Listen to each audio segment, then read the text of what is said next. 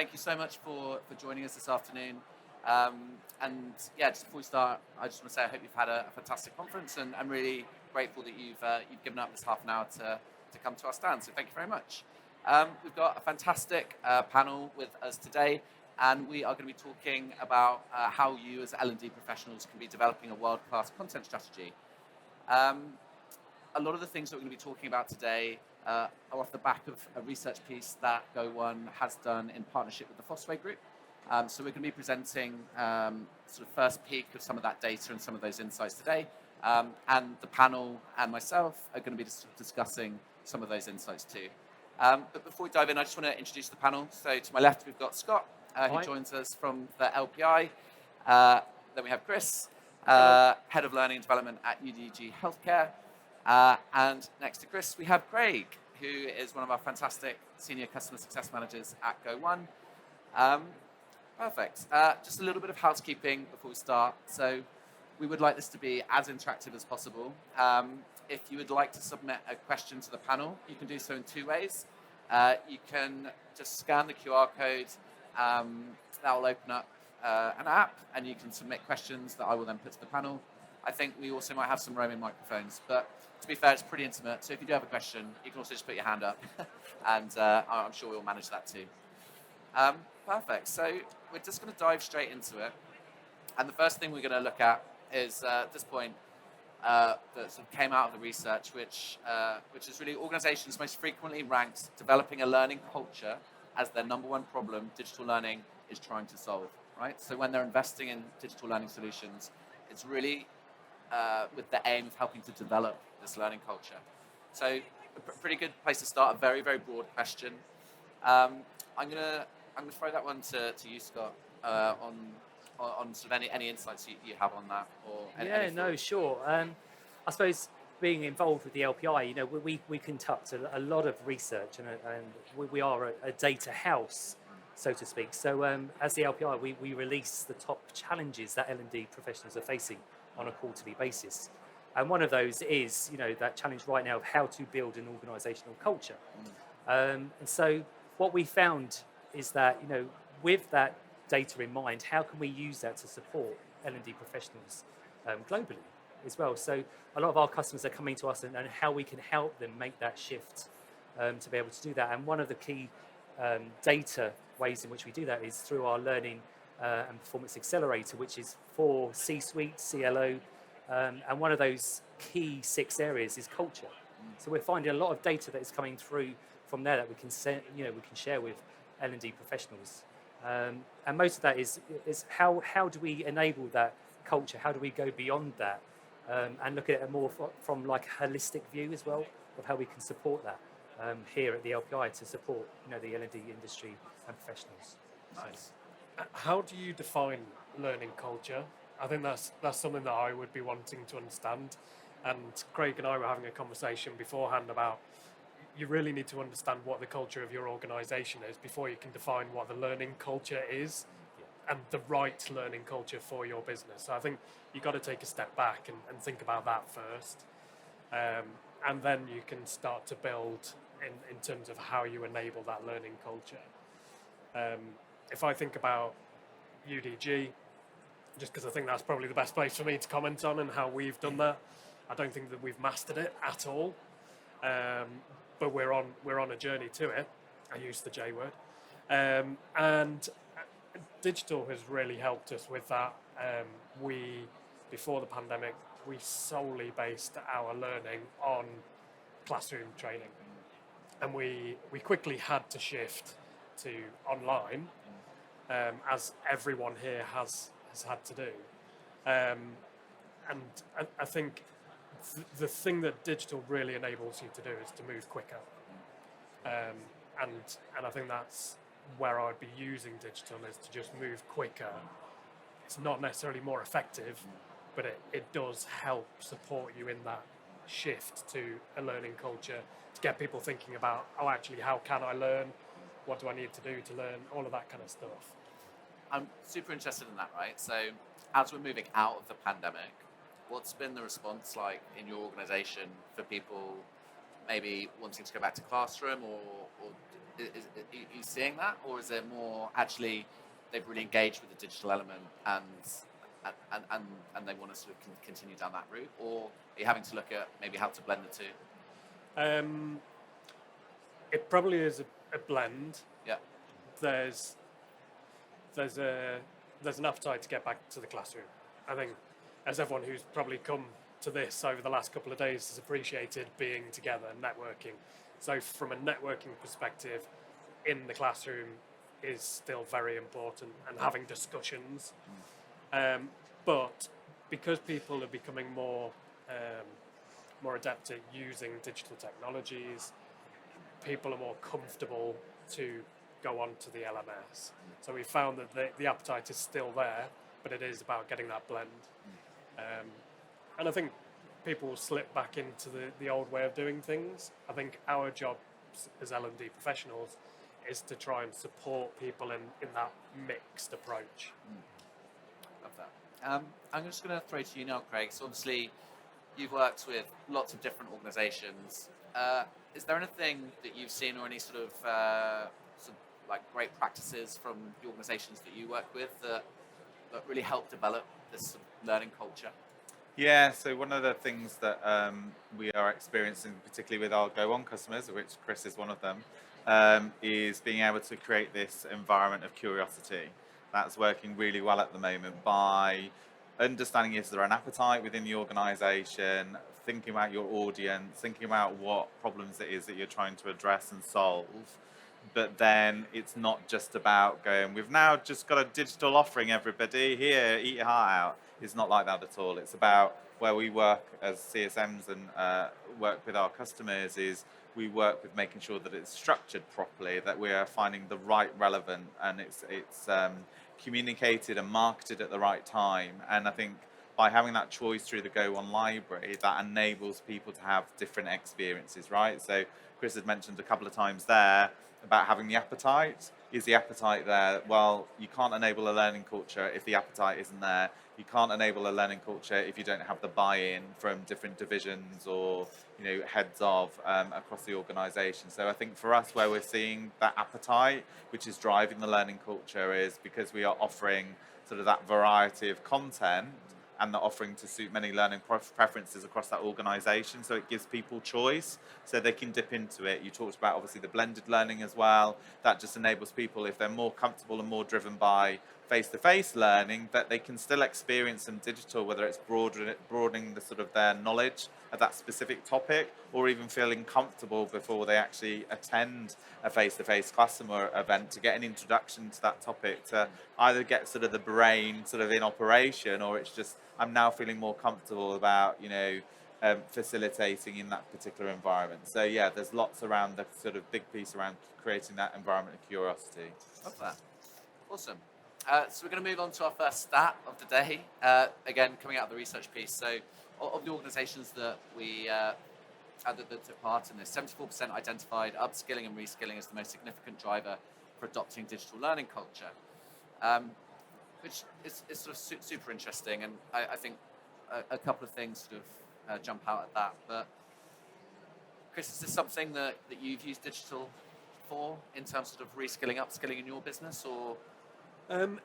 It varies, so it depends. So our business is quite complex. We've got various different divisions that specialise in different areas. Yeah. And I think what we've allowed people to do is to access the digital content based on their specific needs. So we don't just open up the floodgates and go, here you go, confuse yourself with all of this stuff, all of the 100,000 courses. But what we have found is that if we're quite targeted with what we do, and we partner with those L&D leads across the organisation to understand what is it specifically that you're looking to achieve, then we can direct them to the most appropriate content for that. I mean, one example was someone that my colleague Lucy's been working with quite closely as well, is our consulting business. They needed people to use Excel more proficiently, something as simple as that. And we were able to direct people to a catalogue of Excel courses, PowerPoint courses, whatever it may be in terms of the Microsoft suite, and that was bringing up people's performance on those tools. So it's really about understanding the specific needs rather than just going, here's a load of stuff to upskill or reskill. So, And I would say, just to jump in there, obviously because Chris is a customer, I would say lessons learned from working together is what they do really well is how they market it and how they communicate. And that's such a powerful tool. So if I compare what Chris is doing to some of my other customers, where they've got it right is something as simple as a newsletter, right? What they do is every month they issue a newsletter which focuses on a specific topic. Chris does why it's important to us as an organisation. So it could be coaching and mentoring. This is why coaching is interesting and important to us. And then what they do is they position and recommend content that's either longer in duration or some bite-sized content to really support what they're talking about, and encouraging people then to share their learnings from those courses that they've then enrolled on. So I would say your lessons learned from that is it's all well and good that you can offer that content, but actually the next step is how do you kind of showcase that? How do you celebrate success? And then you end up going back to how do you enable those organisations? Well, I've got advocates and now I've got evidence where I can prove the impact that's having on the organisation, which then ultimately comes back to I could now get some buy-in because I've got justification as to why those things are working. So I'd say that was a real good lessons learned from working with Chris. Communication is key. Yeah. You need to, if anyone here is wanting to push out content, work closely with your communications team.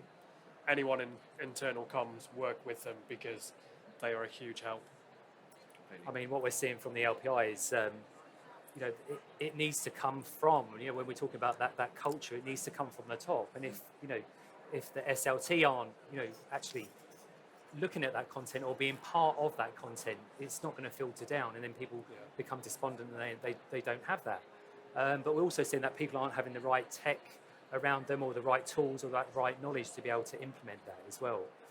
We recently worked with a retail company that was in the high street, and they were making a transition onto online. And what the key message was here is that they let the L&D team know at least 18 months in advance so they could prepare for that and get e-commerce courses within that time. And what we saw with that retail company is that they retained 80% of their staff because they had the right skills at the right time and they were able to plan that effectively. They lost about 20% through natural churn and transition of that. But it just shows from transitioning from retail high street into digital is having those skills and those right tools at that time, but having that planning and letting L&D know at the same time, where sometimes they do shortfall. It's a shortfall, isn't it? So. And the buy-in right at the top, right? Sorry? And the buy-in right at the top. Yes. Yeah. Fantastic. Fine, so second stat of the day. So 63% of those that we surveyed reported that they use digital learning as part of a blended approach. So I know we sort of touched on this a little bit, but I'm going to throw to you again, Chris. So you talked about the pandemic shifting everything to digital. Before that, very much classroom-based. I guess how, when you look at sort of blended approach, how do you see digital enabling a truly great experience when it comes to blended learning? And what do you consider blended learning to be? Well, for me, blended learning is just, I was at a session earlier around holistic learning, so it's taking a whole range of different opportunities to learn and pulling it all together into one experience. So whether that's through mentoring, coaching, the digital piece, classroom training experiences within role, all of that comes under blended learning for me. Digital, you can't expect, but you can't expect to just launch Go One and it to work. Completely. You have to try and think how it complements other kind of systems you have in place, other programs you have in place. If you look at it as a standalone, it won't work. Quite simply, in my experience anyway. Oh, that's completely. So you have to think about where can this complement the existing program or the program that I want to build. Yep. So you might have, I think Craig mentioned, you might have people who are going to go on a course prior to that course, what could you use to upskill people beforehand? Post-course, what could you use to upskill people post-course to keep the learning alive? Because again, classroom courses on their own, sorry to people in learning and development training, it doesn't work. You've got to provide more. So I think digital forms an important part of the blended approach, but again, you've got to really think about that holistic approach and where it all fits together. Yeah, definitely. And just sort of continuing that theme, Craig, have you worked with any customers that have done this particularly well? Any programs in which they've been able to sort of pull a digital element in? No, it's fine. It's fine. So as I said, we work with City Fibre, who are based in London.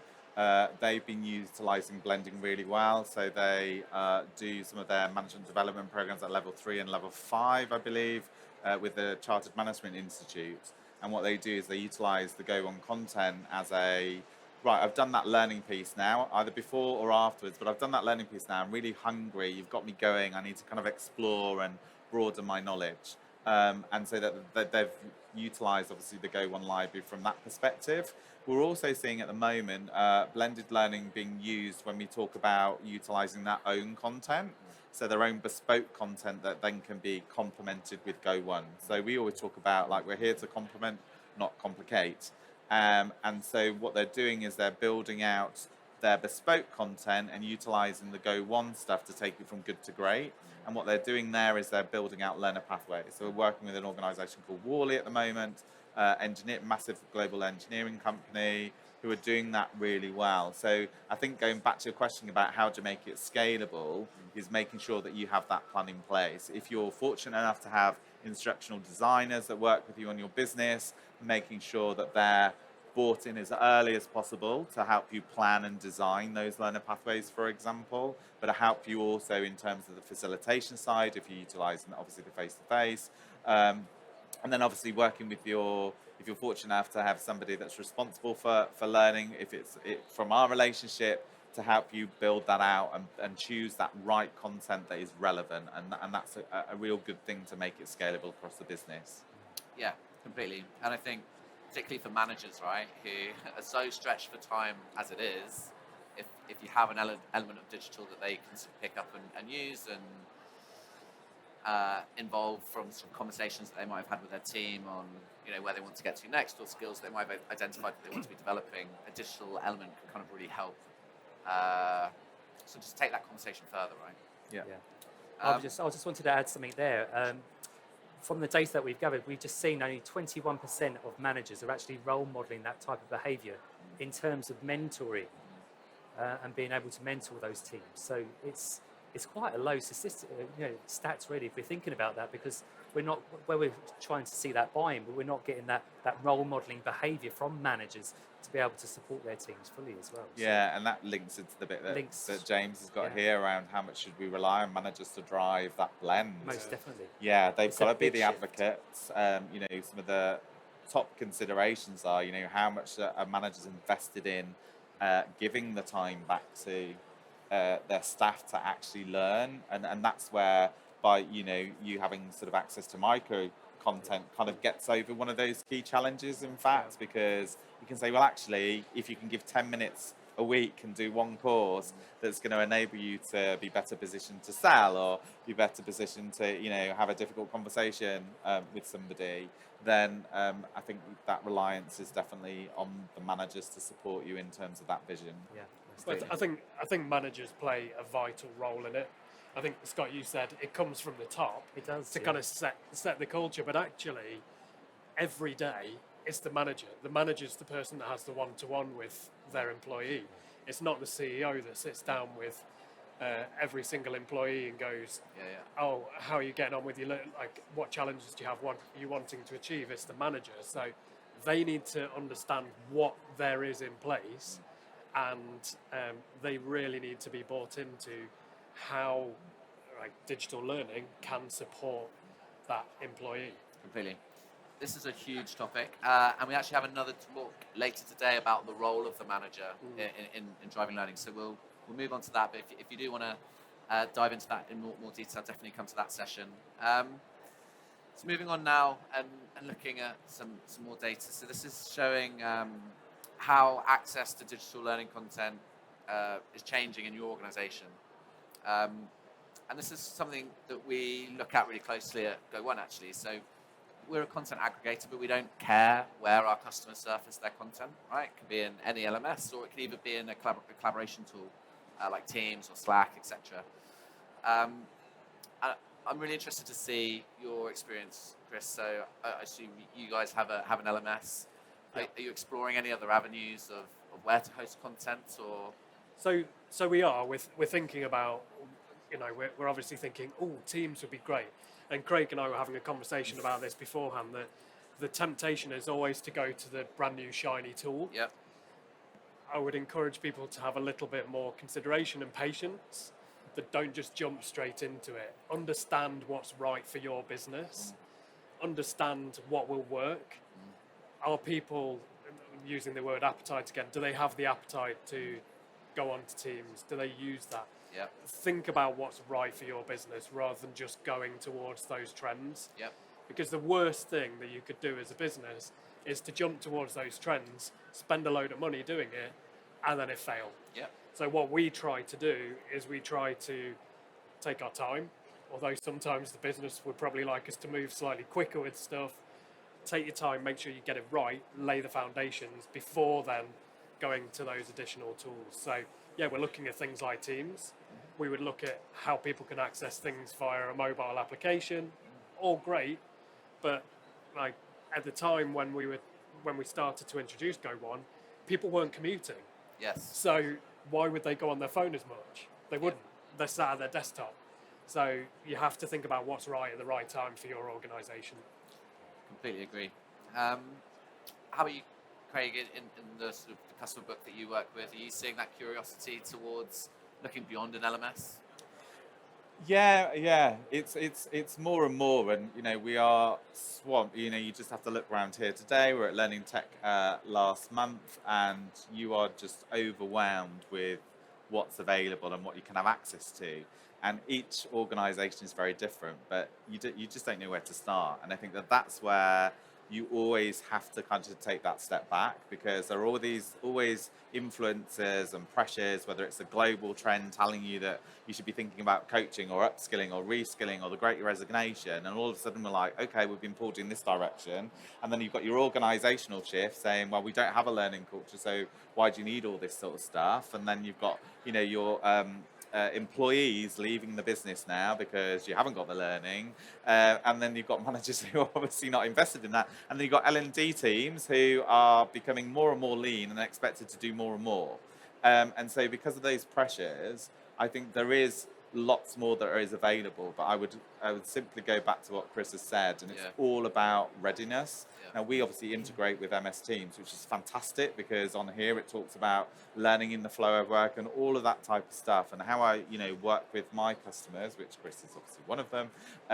is we're not going to do that until we're ready. You have to get the basics right first, and then once you've got your basics right and you've enabled that learning culture, then that's the right time. So you mentioned obviously, Scott, about the right time, right place, right skills. That's all that will come. But don't be influenced by everything that's going on around you. You have to know your audience and you have to know your organisation. And that's it, right?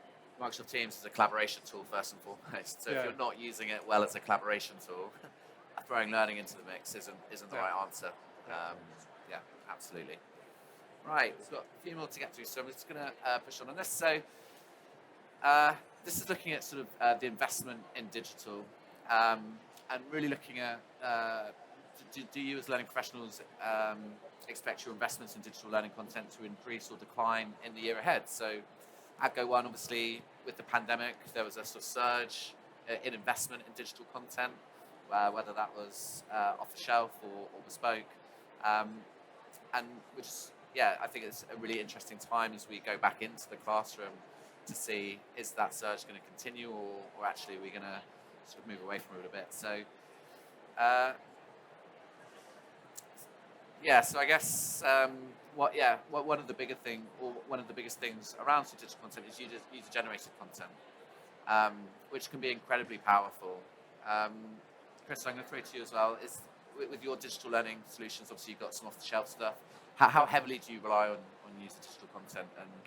And So we have to be quite careful in our business, just because we work in the pharmaceutical industry, healthcare industry, so there are strict requirements with regards to specific training topics, so we can't just open the floodgates to allow people to train people on certain topics.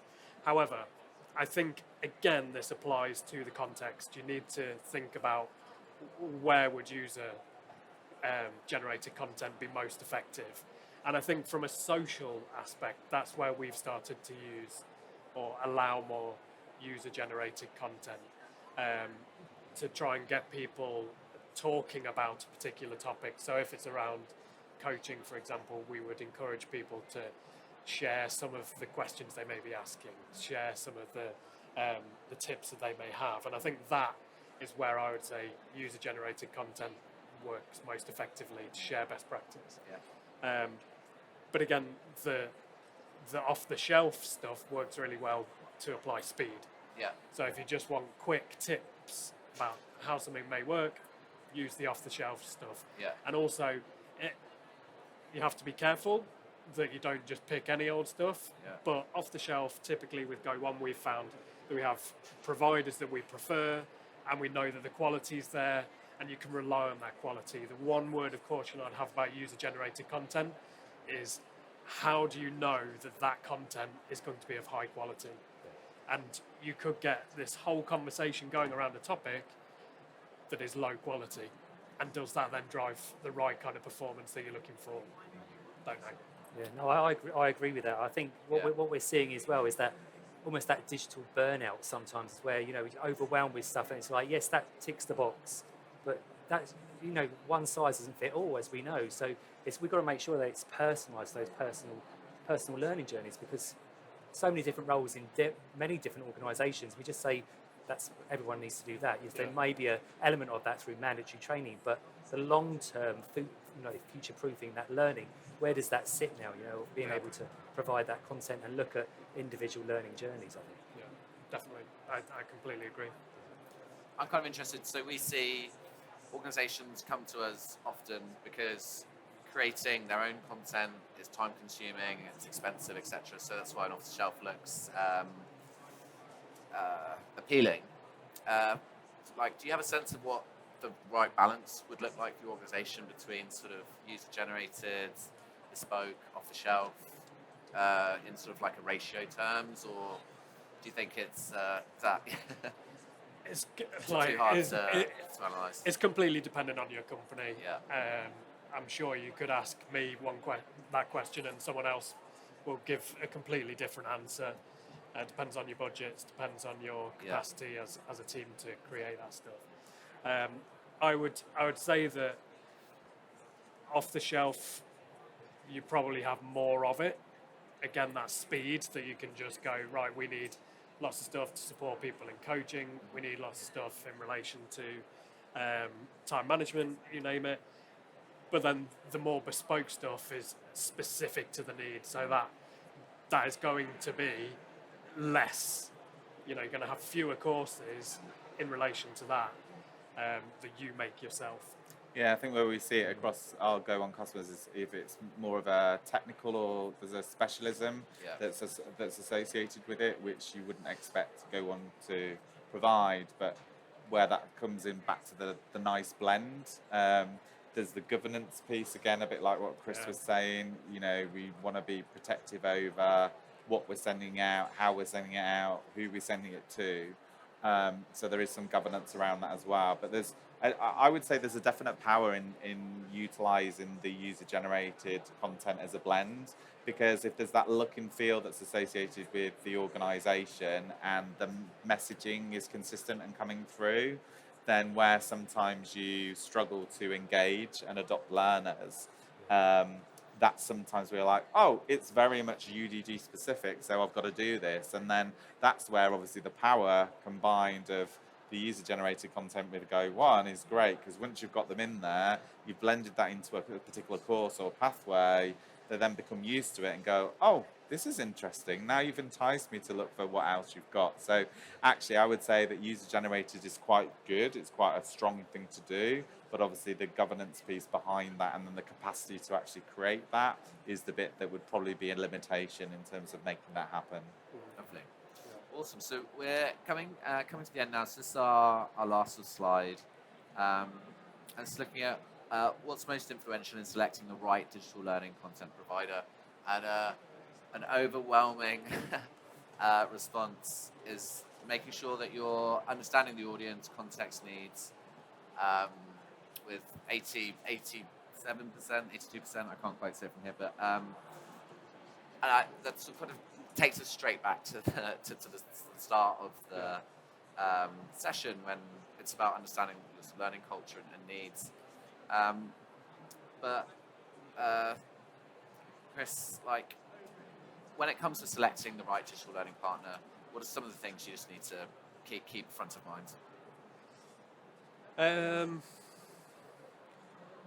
Careful what you say. Yeah, I need to be really careful. I'll throw you off the stage. You have to meet someone like Craig, who's fantastic. No, I think you need to understand what providers and course creators they would use. So for us, when we were looking at Go One, and I don't want this to be a sales pitch for Go One, but I genuinely thought that when we selected Go One, you had the breadth, but you also had the depth of quality of content as well. But you also had quality content, and I think because of people having such a variety of needs when it comes to learning, having that breadth and depth really helps. If you go too narrow, you just don't appeal to as many learners, especially in an organisation like ours where it's 9,000 employees. 9,000 individual learning requirements, you've got to have the breadth. I mean, what I should say as well, though, is that we haven't just opened the floodgates to all the content, so you still have to be specific when you narrow it down. But yeah, and the other thing would be the customer support for us.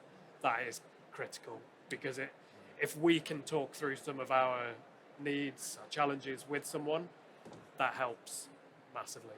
I wouldn't just try and do it alone. Completely. Well, that pretty much takes us to time, actually. So if anyone in the audience has any final questions for the panel, raise hands. But if not, I just want to say a huge thank you for joining us today. So any final questions? If not, we'll wrap up there. Perfect. Awesome. Well, have a fantastic rest of your festival. And thank you so much for joining us today. And thank you, gents, for joining me on stage. Pleasure. Thank you very much. Thank you very much. Thank you. Thank you.